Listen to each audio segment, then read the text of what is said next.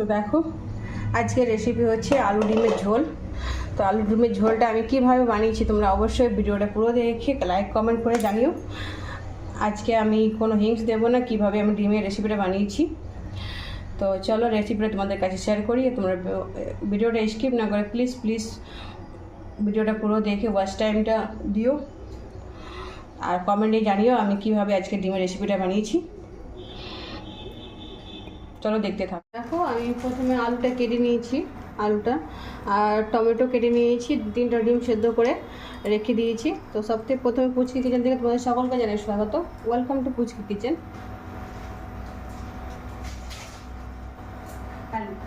এখানে দেখো আমি পেঁয়াজ কুচি করে রেখেছি, পেঁয়াজ আদা রসুন লঙ্কা সব ছাড়িয়ে নিয়েছি। তো এবারে চলো ডিমটা প্রথমে ভেজে নেব। ডিমটা ভাজার জন্য আমি দেখো এখানে কড়াইটা বসিয়ে দিয়েছি আর কড়াইতে তেল দিয়ে দিচ্ছি।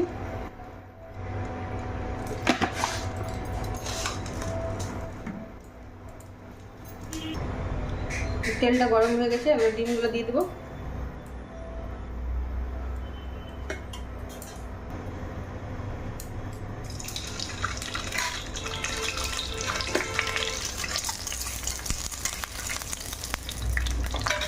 লাল করে ভেজে উঠে একটু নুন দিয়ে দিচ্ছি,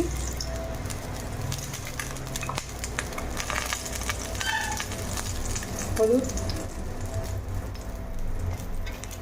দিয়ে ভেজে নিয়ে উঠিয়ে নেব। ডিমটা ভেজে উঠিয়ে নিয়েছি, এবার লঙ্কা পেঁয়াজ রসুন একসঙ্গে দিয়ে ভেজে নেব।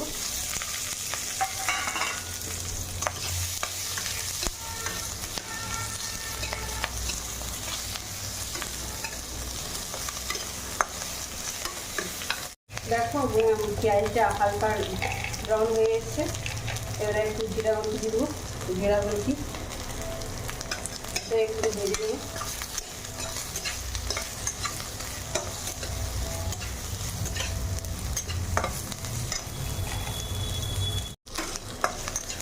ভাজা ভাজা হয়ে গেছে, ঠান্ডা করে নামিয়ে ঠান্ডা করে মিক্সারে পিষে নেবো। এবারে এর মধ্যে একটু টমাটোটা আমি একটু ভাপিয়ে নেবো।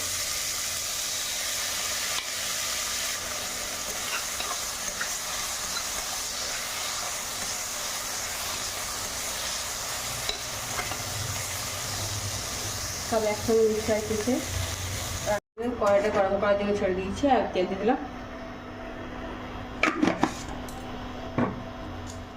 তেল, একটা তেজপাতা, শুকনো লঙ্কা, পেঁয়াজ কুচি, পেঁয়াজ দিবি, পেঁয়াজ লাল করে নামিয়ে নেবো।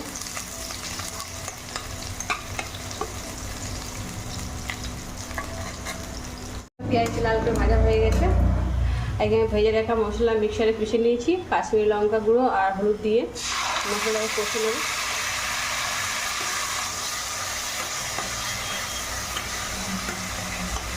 এতে পরিমাণ নুন দিয়ে দেবো।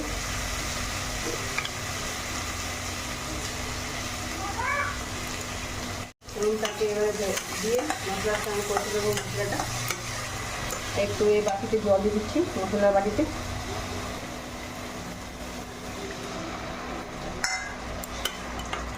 মশলার বাটিতে ধুয়ে জলটা দিয়ে দিলাম, এবার ঢাকা দিয়ে দিয়ে মশলাটা কষে নেব।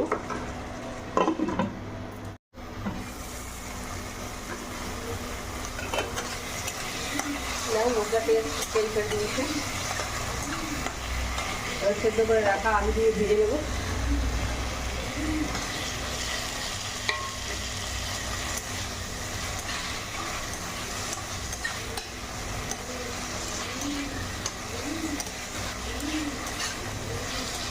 ঢাকা দিয়ে ভেজে নেব।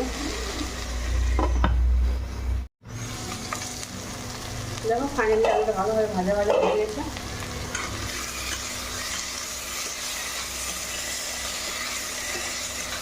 জল দিয়ে দেবো, জল দিয়ে ঝোলটা করে ফুটিয়ে নেবো। তারপর লাস্টে টমেটোর পেস্টটা দিয়ে দেবো।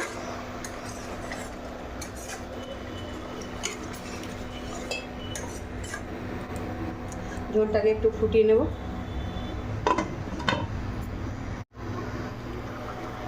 দেখো ঝোলটা ফাইনালি ফুটে গেছে, পেস্ট করে রাখা টমেটো দিয়ে দেবো। পেস্ট করে রাখা টমেটো দিয়ে দিলাম, আর একটু গুঁড়ো মশলা, গুঁড়ো গরম মশলা দিয়ে দিলাম।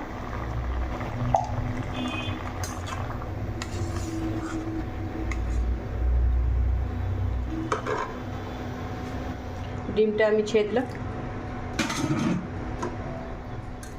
ফুটিয়ে নেব।